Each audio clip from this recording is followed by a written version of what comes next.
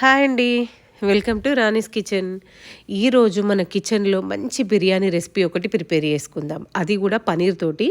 Non veg recipe కాదు, veg వాళ్ళ కోసం అని చెప్పేసి స్పెషల్గా చేసిన paneer biryani. Same as it is మనకు ఎట్లా అంటే చికెన్ మటన్ బిర్యానీ ఎట్లా ప్రిపేర్ చేస్తారో సేమ్ అదే వేళ చేసుకుందాం. కాకపోతే కొంచెం స్పెషల్‌గా చేసుకుందాం. ఓకేనా? మరి ఈ పన్నీర్ బిర్యానీ ఎలా ప్రిపేర్ చేసుకోవాలో, దీనికి ఏమేమి ఐటెమ్స్ కావాలనేది ఫుల్‌గా చూడండి. వీడియో ఎక్కడ స్కిప్ చేయకండి. నా ఫ్రెండ్స్ చాలామంది వెజిటేరియన్స్ ఉన్నారు. వాళ్ళు చాలామంది నన్ను అడిగిర్రు కూడా పన్నీర్ బిర్యానీ ఒక మంచి రెసిపీ చేసి పెట్టమని. వాళ్ళందరి కోసం అని చెప్పేసి నేను ఈరోజు ఒక మంచి స్పెషల్ పన్నీర్ బిర్యానీ ప్రిపేర్ చేసిన. ఓకేనా? మరి ఏమేం కావాలో ఏమేం చేసుకోవాలో ఒకసారి చూసేసుకుందాము. ఫస్ట్ అయితే ఆనియన్స్, నేను ఒక హాఫ్ కేజీ ఆనియన్స్ మంచి కోసి వేయించి పెట్టుకున్నా. ఎందుకంటే మళ్ళీ అన్నీ ఒక్కసారి ప్రిపేర్ చేసి మనం ముందుగా పెట్టేసుకున్నాం అనుకో టెన్షన్ ఉండదు, ఈజీగా అయిపోతుంది.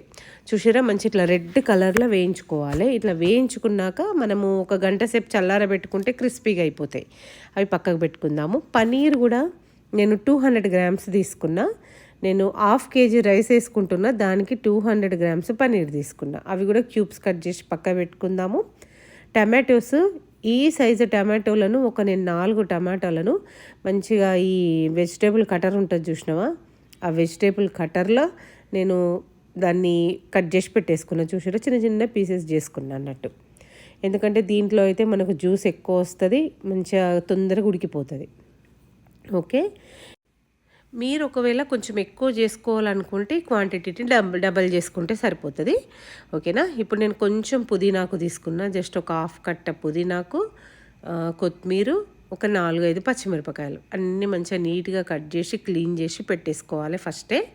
ఇప్పుడైతే ఈ పనీరు నేను హాఫ్ కేజీకి పావు కిలో తీసుకున్నా కదా, మీరు ఒకవేళ కేజీ వేసుకున్నారనుకోండి హాఫ్ కేజీ పనీర్ తీసుకోండి. అట్లనే టమాటోస్ కానీ మన ఆనియన్స్ కానీ అన్నీ డబల్ చేసుకోండి. హాఫ్ కేజీ క్వాంటిటీ మీకు చూపిస్తున్నా నేను. మీరు ఒకవేళ కేజీ ఆర్ 2 కేజీ వేసుకోవాలనుకుంటే దీని క్వాంటిటీ డబల్ చేసుకోండి. ఓకేనా? ఇప్పుడు దీంట్లోకి ఒక 2 నిమ్మకాయలు తీసుకుందాము.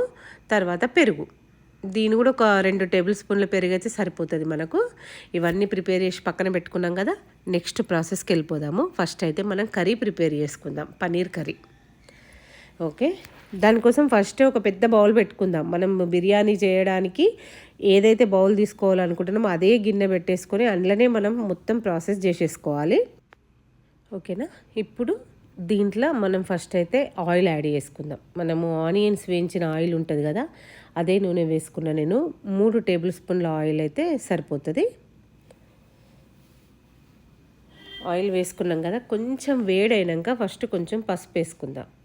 పసుపు ఎందుకు వేస్తున్నా అంటే, నేను పనీర్ పీసెస్ ఉంటాయి చూసిరా, ఆ పనీర్ పీసెస్ వేయించడానికి పసుపు వేస్తే ఆ ముక్కలు అనేటి ఆయిల్కు కింద గిన్నెల పట్టుకోదు. పనీర్ కానీ ఎగ్ కానీ మనము ఫస్ట్ ఆయిల్లో వేయించుతూ ఉంటే గిన్నెకు అంటుకుంటాయి కదా, అట్లా అంటుకోకుండా ఉండాలంటే మీరు ఫస్ట్ ఆయిల్లో పసుపు వేసేయండి.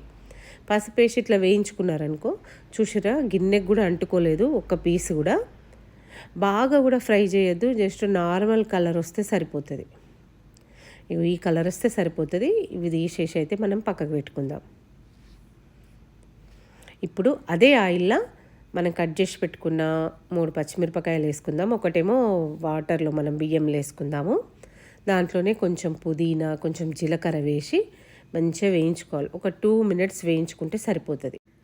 ఇప్పుడు పుదీనా గోలినాక కొత్తిమీర వేసేసుకొని వెంటనే మనం వేయించి పెట్టుకున్న ఆనియన్స్ ఉన్నాయి కదా, అందులో హాఫ్ వేసుకుందాం దీంట్లోకి. మిగతా హాఫ్ ఏమో మనం రైస్ మీద వేసుకుందాము. ఇది వేయంగానే ఒక 2 నిమిషాలు వేయించేసుకొని మనం టమాటా పేస్ట్ చేసి పెట్టుకున్నాం కదా, టమాటా మొత్తం వేసుకుందాం. ఇంకొకటి, మీకు పసుపు కావాలంటేనే మళ్ళీ వేసుకోండి. ఇదే పసుపు సరిపోతుంది కర్రీకి మొత్తం. మనం ఫస్ట్ వేసినాం కదా, అదే పసుపు సరిపోతుంది నాకైతే. మీరు కావాలంటే ఎక్స్ట్రా యాడ్ చేసుకోవచ్చు, నో ప్రాబ్లం. ఇప్పుడు టమాటా కొంచెం వేగినాక దానికి సరిపడా సాల్ట్ వేసుకుందాం. మనం ఇప్పుడు రైస్కి కానీ ఈ బిర్యానీకి మొత్తానికి ఇప్పుడే మనం సాల్ట్ వేసుకోవాలి, లేదంటే చప్పబడిపోతుంది. మీరు టేస్ట్కి తగ్గట్టు వేసుకోండి. సాల్ట్, కారం, నాకు 2 టీ స్పూన్ల కారం పట్టింది, 1.5 టీ స్పూన్ సాల్ట్ వేసుకున్నా. దీంట్లో ఇది కొంచెం ఒక్కసారి కలిపేసుకొని తర్వాత ఫ్రెష్గా నూరుకున్న అల్లం వెల్లిపాయ పేస్ట్ వేద్దాం. 1 టీ స్పూన్ అల్లం వెల్లిపాయ పేస్ట్ సరిపోతుంది.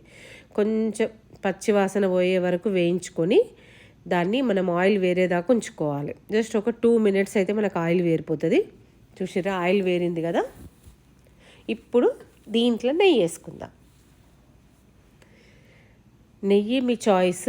నెయ్యి వేసేసుకున్నాక వెంటనే పెరిగేయాలి. 1/2 కప్పు పెరిగేసుకోండి. నేను ఒక పెద్ద టేబుల్ స్పూన్ పెరిగేస్తున్నా. ఓకే, దీన్ని కూడా మంచి కలుపుకుంటే మనకు ఒక 2 మినిట్స్లో పెరుగంతా అందులో కలిసిపోతుంది కర్రీలా.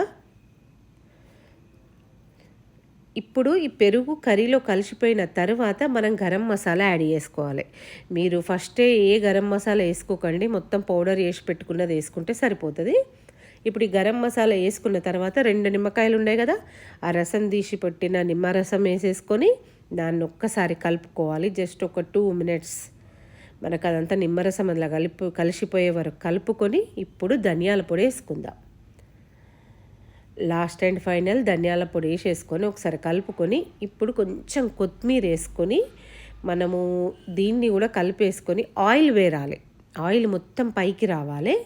చూసిరా ఇట్లా ఆయిల్ అంతా పైకి వచ్చేదాకా కలుపుకోవాలి.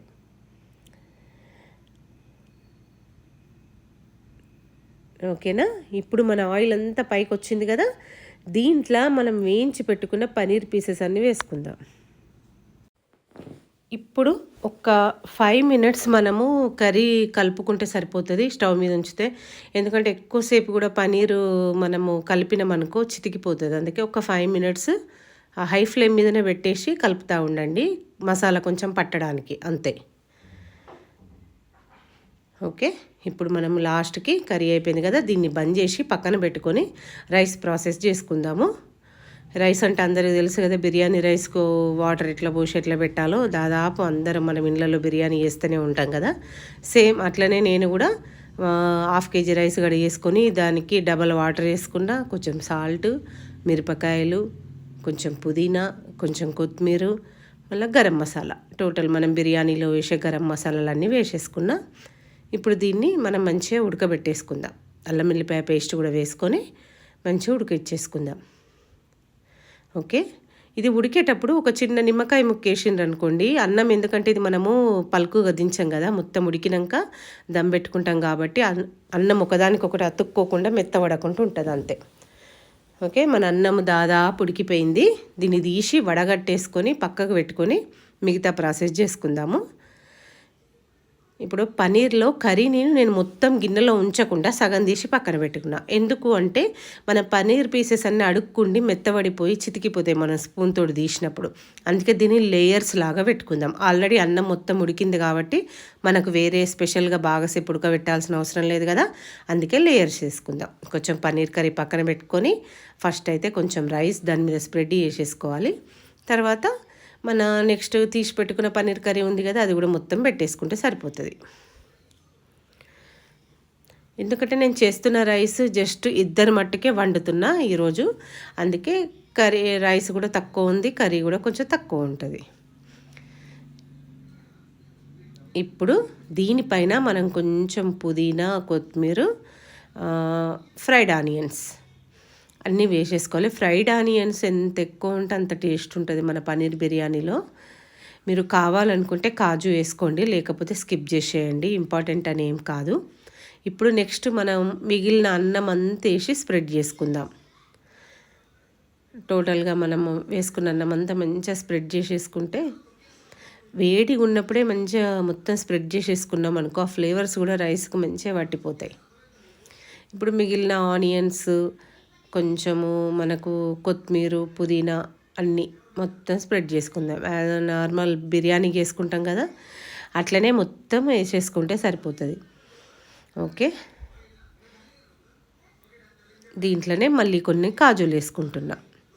దీనిపైన కాజు వేసినాక మనం కొంచెం నెయ్యి వేసుకుందాము. నేను నెయ్యి అందుకే ఫస్ట్ ఓన్లీ కర్రీలో కొంచెం వేసినా కానీ మళ్ళీ ఎక్కడ వేయాలి. రైస్లో మనం డైరెక్ట్ నెయ్యి వేసుకున్నాం అనుకో ఫ్లేవర్ అనేది మంచిగా పడుతుంది అన్నానికి. అన్నం కూడా ఇట్లా విచ్చుకున్నట్టు అయిపోతుంది, ఇట్లా ఫ్లవర్స్ లాగా విడివిడిగా వచ్చేస్తుంది అన్నం కూడా. ఓకే, దీన్ని ఇప్పుడు మంచిగా మూత పెట్టి పెనం పెట్టుకున్న కదా, స్టవ్ మీద పెనం పెట్టుకొని ఉంచేసుకోవాలి. ఇప్పుడు ఈ మూత పెట్టుకొని మనము జస్ట్ ఒక 20 మినిట్స్ మనము మీడియం ఫ్లేమ్ మీద పెట్టుకోవాలి, లో ఫ్లేమ్ కాదు, మీడియం ఫ్లేమ్ మీద పెట్టుకొని దమ్ చేసుకోవాలి. అంతే, మన పన్నీర్ బిర్యానీ రెడీ అయిపోతుంది. చాలా ప్రాసెస్ ఏం పట్టదు ఇది. చూసిరు కదా ఎంత బాగా వచ్చేసిందో, కలర్ కూడా ఎంత మంచిగా వచ్చింది చూసిరు కదా. మంచిగా వేడి వేడిగా దీన్ని సర్వ్ చేసేసుకున్నారనుకోండి, as it is chicken mutton biryani తిన్న సాటిస్ఫై ఉంటుంది. మీకు కూడా నచ్చింది అనుకుంటున్నా. వెజిటేరియన్స్కి మెయిన్ అయితే ఈ నా రెసిపీ మాత్రం చాలా బాగా నచ్చుతుంది. మీరు ట్రై చేయండి. మీకు ట్రై చేసి యాజ్ ఇట్ ఈస్ నేను ఎలా చేసినో అట్లా ట్రై చేసి మీకు ఎలా వచ్చిందో నాకు కామెంట్ చేయడం మాత్రం మర్చిపోవద్దు. అలాగే మీకు ఇలాంటి వెరైటీస్ ఏమన్నా కావాలంటే నా కింద కామెంట్ చేయండి. నా వీడియోకి ఒక లైక్ చేయడం మాత్రం మర్చిపోవద్దు.